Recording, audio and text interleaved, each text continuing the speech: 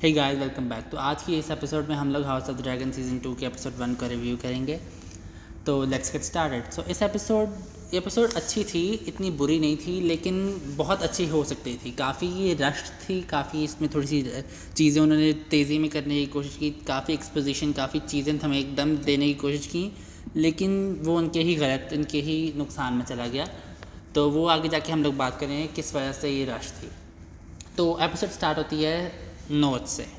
North house Stark is my favourite house. तो house Stark का जो थीम पीछे चल रहा था, जैसे नॉर्थ से फर्स्ट सीन में ही वो सीन उन्होंने ऐसे सक इन कर लिया हम लोगों को अंदर, मुझे ख़ास तौर पे। अगर आप लोगों को हाउस स्टार्क आप लोगों का फेवरेट है तो आप ऑब्वियसली आप लोगों को भी सक इन कर लिया। ऐसे नॉस्टैल्जिया की फीलिंग उन्होंने पहले ही सीन में दे दी कि जो हाउस स्टार्क का जो थीम था वो मुझे बहुत अच्छी लगी वो बात।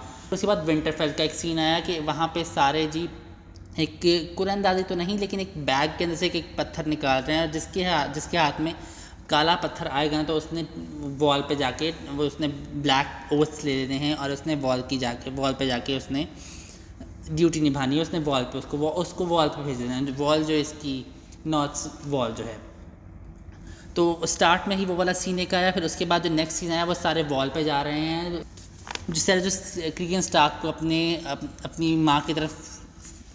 अपनी माँ का साथ देने के लिए, जो अपनी माँ की तरफ माइल करने के लिए क्रिगन स्टार्क के पास आया हुआ है, उसको अपना एलाय बनाने के लिए आया हुआ है। उसको सीजन 1 के एंड पे जेसेरस को वहाँ भेजा था, नॉर्थ और वेल में भेजा था उनकी साइड जीतने के लिए, और लुसेरस को भेजा था स्टॉर्म्स एंड में। लुसेरस तो पिछले एपिसोड में मर गया था, जो सीज़न 1 की फिनाले था। सीज़न 2 में जेसेरस वहाँ पे गया हुआ है। वेल वाला हमें नहीं दिखाया, लेकिन नॉर्थ में भी बस वो वॉल पे गया और वॉल पे जाके उसने बात करने की कोशिश की है। और वो ओट्स, आपको पता है स्टार्क तो अपने ओट्स को पूरे तरीके से पूरा करते हैं, तो वहाँ पे उसको कह देता है हाँ ठीक है, और कहता है कि अभी हमें भी वॉल पे विंटर आने वाला है, हमें भी ज़रूरत है नॉर्थ में, तो हम लोग जो ग्रे बियर्ड्स जो ज़रा बूढ़े से लोग होते हैं उनको मैं भेज सकता हूँ। और साथ ही इसी दरमियान एक और बात भी जो कि गेम ऑफ थ्रोन्स से पूरे तरीके से कंट्रास्ट में है, कि उसने कहा कि वॉल को कोई भी चीज़ पार नहीं कर सकती। ख़ासतौर पर ड्रैगन भी पहले जो जहरस की बीवी जो एलिसन थी, क्वीन एलिसन, रेनेरा की परदादी जो है, वो उसने अपने ड्रैगन को क्रॉस करने की कोशिश की थी और वो ड्रैगन क्रॉस नहीं हुआ था।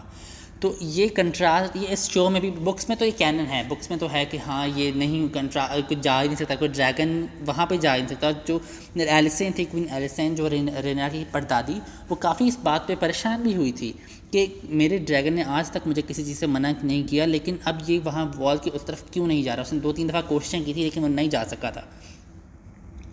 तो अब अगर आप लोगों ने गेम ऑफ थ्रोन्स देखा हुआ तो सीज़न 7 में जो डेनेरिस एकदम अपने तीनों ड्रैगन्स वॉल के उस तरफ लेके जाकर लड़ाई कर रही है, सिर्फ एक ग्रुप को बचाने के लिए, तो उसको तो ख़ास तौर पर जो उसकी स्टुपिडिटी थी उस चीज़ की, उसको तो उन्होंने हाउस ऑफ ड्रैगन ने कर दिया कि ये तो शो की स्टुपिडिटी थी। असल में इस शो कैनन में भी उसने ये डाल दिया है कि ड्रैगन उसमें नहीं जा सकता। ये चीज़ मुझे बड़ी अच्छी लगी, ये चीज़ सारा उस बुक के करीब है। फिर उसके बाद एक नॉर्थ में एक बुक्स के अंदर, मैंने बुक्स अभी पूरे तरीके से वो वाला पढ़ा नहीं है, लेकिन बुक्स के अंदर एक pact of ice and fire है। कुछ नॉर्थ में काफ़ी अच्छे तरीके से ये जेसेरस और क्रिगन स्टार्क आपस में काफ़ी अच्छे तरीके से मिल घुल गए थे, बहुत अच्छे दोस्त बन गए थे। लेकिन यहाँ पे सिर्फ एक सीन ही उनका इकट्ठा हुआ है, और उसके बाद जी उसको पता चल गया कि लुसेरस की डेथ हो गई, और वो उसी टाइम वहाँ से वापस निकल गया है। एक ये मुझे क्रिटिसिज्म था। सेकंड क्रिटिसिज्म ये है कि उस जो महीने, जो दिन, हफ्ते लगते हैं एक इतना बड़ा कॉन्टिनेंट को क्रॉस करने में, आधी एपिसोड में जेसेरस वापस भी आ गया रेना के पास। इस बात से मैं अगर डिफेंड करना चाहूँ तो इस बात से कह सकता हूँ कि वो वाला सीन ज़रा पहले का सीन था। अभी जो एपिसोड की जो स्टार्ट में जो टाइमलाइन थी, उस टाइमलाइन ये ज़रा डिफरेंट है। तो हम वो पहले वीक्स पहले का सीन दिखाया था, और ये वीक्स बाद का सीन है, जो जेसेरस वापस भी आ गया है, और लुसेरस की वो जो है, और लुसेरस की फीनल भी अटेंड कर ली है।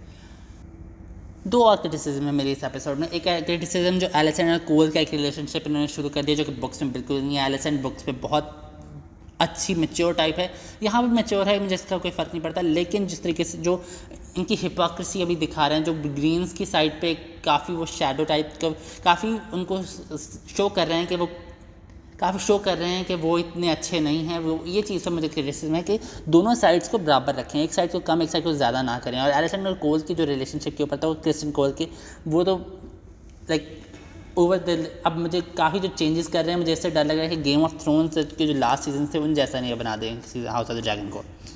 एक और सबसे बड़ा जो क्रिटिसिज्म था, अगर आप लोगों ने बुक पढ़ी हुई है, अगर आप लोगों ने बुक नहीं पढ़ी हुई है, सीज़न 1 से सीज़न 2 के जो सबसे ज़्यादा इंतज़ार था ना वो था ब्लड एंड चीज़ का। चाहे आपने बुक्स नहीं पढ़ी हुई, जो हाइप थी, जो फैंडम में हाइप चल रही थी, वो नॉन बुक रीडर्स भी जिन्होंने बुक नहीं पढ़ी वो भी ब्लड एंड चीज़ का इंतज़ार कर रहे थे। लेकिन ब्लड एंड चीज़ काफ़ी अंडरवेलमिंग इन्होंने किया, इतना कोई ख़ास नहीं था। ब्लड एंड चीज़ जो ब्रूटल जो क्रूज थे बुक्स के अंदर वो तो बिल्कुल नहीं थे, जैसे डरे डरे जी पैसों के लिए सारे काम कर रहे हैं।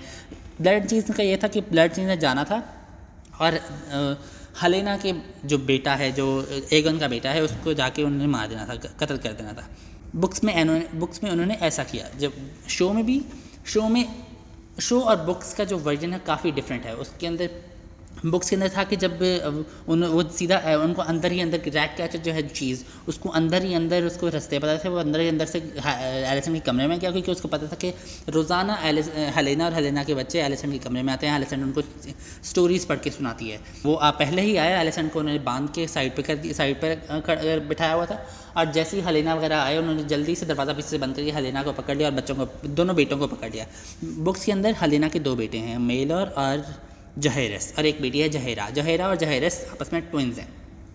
तो उन्होंने दोनों को पकड़ लिया और दोनों को कहने लग पड़े कि इन दोनों में से मुझे बताओ, एक बेटे को मारना है, मुझे बताओ कौन सा बेटा है। वो पहले बहुत रोई, उसने बहुत मिन्नतें की, उसने कहा मुझे मार दो इंस्टेड, लेकिन बच्चों को छोड़ दो। लेकिन वो नहीं मान रहे थे और उन्होंने इस बात पे कहा कि अगर तुमने जल्दी से नहीं बताया तो हम सबको मार के चले जाएंगे। इस बात पर उसने रोती हुई नहीं, सिर्फ कि जहेरस है वो बड़ा है, मेलर छोटा है, मेलर को इतना कुछ पता भी नहीं है अभी है, तो उसने मेलर का नाम ले दिया। उसने फिर जिस तरीके से चीज़ ने उसको कहा कि यू है दैट लिटिल बॉय, मतलब तुमने सुना तुम्हारी माँ के लिए वो तुम्हें मारना चाहती है, तुम्हें मुर्दा देखना चाहती है। और उसी समय जो ब्लड था, जो बड़ा वाला इंसान था, उसने जो जहेरस जो बड़ा वाला बेटा था उसको जल्दी से मार दिया और ले गए, उसका हेड ले गए और उसकी बॉडी वहीं छोड़ गए। जिस बात से हेलेना चीखती है पूरे तरीके से, मतलब पूरा एक दर्दनाक, एक बहुत ही विसरल किस्म का ये सीन था। लेकिन शो में पूरे तरीके से इन्होंने ख़त्म कर दिया। शो में क्या हुआ, शो में ब्लड एंड चीज़ डरते डरते आए हैं, कोई गार्ड्स कोई कुछ नहीं है, सीधा हेलेना के कमरे में गए। हेलेना के कमरे पहले एमंड को भेजा था कि एमंड को मारना है, लेकिन एमंड नहीं मिला। और ख़ास तौर पर ये ज़रा एम्बिग्यूअस है कि डेमन ने कहा एमंड को जहेरस को मार देना, अगर एमंड ना मिले ये इन्होंने खुद किया। लेकिन वो हेलेना के कमरे में गए, हेलेना को जाके उन्होंने गले में एक छोटा सा ब्लेड टाइप रख दिया और कहा है कि कौन सा, क्योंकि मेलर को नहीं दिखाया, जहेरा और जहेरस दोनों सो रहे हैं, इन दोनों में से कौन सा बेटा है वो खुद चेक कर नहीं किया, बस उनको पूछने लग पड़े। और उसने कहा, उसने अपनी जान मतलब पूरे तरीके से ख़त्म करने, मतलब जिस तरह बुक में था कि उसने कहा कि मुझे मार दो, इस तरह का कुछ भी उसका रिएक्शन था। उसने कहा कि बस ये मेरा जो ये नेकलेस है ये काफ़ी अच्छी वैल्यू का है, अगर आप लोग प्लीज़ ले लो। उसने वो भी छीन दिया, लेकिन उसने इस बारे में कुछ नहीं कहा। और फिर बार बार पूछा और उसने सीधा अपने बेटे जहेरस की तरफ इशारा कर दिया कि हाँ ये लड़का है। और उन्होंने उसकी टाइम उसको मारना शुरू कर दिया और वो बिना कुछ किए, बिना चीखे, बस थोड़ा बहुत रोई। मुझे ये नहीं कि मुझे बहुत ही बुरा लगा सीन उसकी। हेलेना वाली जो एक्ट्रेस है उसने इतने अच्छे तरीके से अपने जो डायरेक्टर्स और राइटर्स ने उसको दिया, उसमें भी बहुत अच्छे तरीके से उसने प्रेजेंट किया। उसका जो रिएक्शन था, उसके जो इमोशंस था वो अच्छा था। लेकिन जिस तरीके से ऐसा कैसे हो सकता है कि उसने फौरी तौर पर पहले बेटे की तरफ इशारा कर दिया कि हाँ बेटा है, और उसी टाइम बेटी को लेकर निकल गई, कोई चीख नहीं, डरती गई है पूरे तरीके से। पूरा सीन वैसा ही है, पूरा सीन। अगर आप लोगों ने बुक नहीं पढ़ी हुई तो आप लोगों को सीन बहुत अच्छा लगेगा। लेकिन एक काफ़ी अंडरवेलमिंग था, जिससे जो हाइप बनी हुई थी, जो था कि जो उसका रिएक्शन था वो रिएक्शन नहीं था। वो डायरेक्टली वहाँ पे गई है और पहले पूरे महल में उसको कोई नज़र नहीं आया। वो जाती पहले एलिसन के कमरे में पहुँच गई। एलिसन के कमरे में एलिसन और क्रिस्टियन के दरमियान कुछ चल रहा होता है, इसी टाइम रुक जाते हैं। और फिर वो जब बस थोड़ा सा चलती है और जाके बैठ जाती है और रोती हुई कहती है कि, रोती भी नहीं पूरे तरीके से, मतलब रोना रोकते हुए कहती है कि दे किल्ड द बॉय। उसी टाइम एलिसन का सीन था, एलिसन को जब एहसास होता है कि वो क्या कह रही है, और उसी टाइम एपिसोड ख़त्म हो जाती है। ये सबसे बड़ा क्रिटिसिज्म, बहुत ही अंडरवेलमिंग ब्लड एंड चीज़ इन्होंने किया है इस दफ़ा। तो मुझे ख़ास तौर पे बहुत इस वजह से ये बहुत डर लग रहा है कि अभी इन्होंने जैसे गेम ऑफ थ्रोन्स के लास्ट की सीज़न में इन्होंने जो गलत किया था ना, जो AD&D जो शो रनर्स थे, उन्होंने इसी तरीके से अब हाउस ऑफ ड्रैगन में भी ख़राब कर देना। तो लेट्स होप, अदरवाइज़ अगर ब्लड एंड चीज़ को अगर आप सिर्फ बुक को हटा के सिर्फ शो के हिसाब से देख रहे हैं तो बहुत एक ऑब्वियसली ब्रूटल था, एक बेचारे छोटे बच्चे को मार दिया। अब ये नहीं चाह रहे थे कि हम लोग बुक का एक्यूरेट ही आए, लेकिन थोड़ा बहुत तो मैच करे, थोड़ा तो हलेना का रिएक्शन तो थोड़ा बड़ा देना बन रहा था, ख़तरनाक किस्म की चीख तो बनती थी। तो ये था मेरा क्रिटिसिज्म रिव्यू में। अब आज की इस वीडियो में सिर्फ क्रिटिसिज्म की बात की जा रही, लेकिन एपिसोड ओवरऑल वेरी सेटिस्फाइंग थी। एपिसोड बहुत अच्छी थी।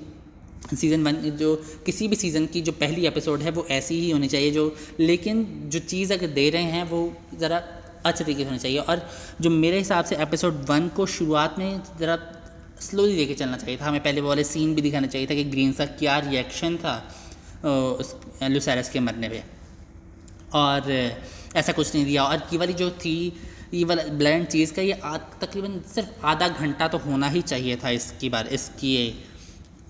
इस सारे को शो करने में, इस सारे को इस सेटिस्फाइंग प्रेजेंटेबल करने के लिए इस वाले को। तो एपिसोड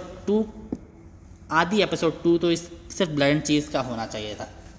खैर उन्होंने एपिसोड 1 में कर दिया, इसलिए मैं कहा कि काफ़ी रश्ड लगी एपिसोड। तो ये था हमारा review house of the dragon season 2 episode 1 का। अगर आप लोगों को वीडियो पसंद आई तो प्लीज़ लाइक और सब्सक्राइब ज़रूर करें, ये बहुत ज़्यादा हेल्प करता है, और सब्सक्राइब ही मेरे लिए मुझे सपोर्ट करने का बेस्ट ऑप्शन है। तो I really need your support. Bye bye.